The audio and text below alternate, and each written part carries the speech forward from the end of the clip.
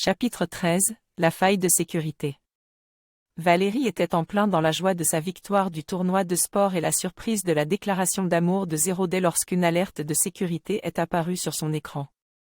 Une brèche avait été détectée dans le système de sécurité de son ordinateur. Elle passa rapidement à l'action, mettant de côté ses sentiments confus pour se concentrer sur le problème à résoudre. Ses doigts volèrent sur le clavier alors qu'elle analysait le code, recherchant l'origine de la faille. Les données semblaient avoir été altérées, et le code source était parsemé d'artefacts qu'elle ne reconnaissait pas. Il était clair que quelqu'un, ou quelque chose, avait manipulé son système.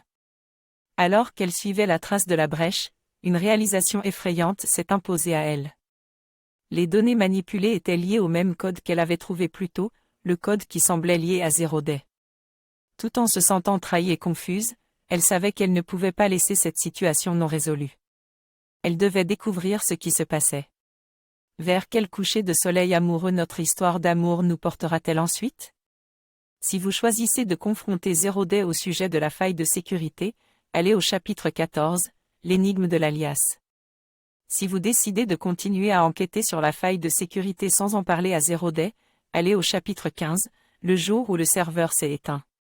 Si vous choisissez de faire appel à un expert en sécurité pour aider à résoudre le problème, allez au chapitre 18, l'adresse IP indéchiffrable.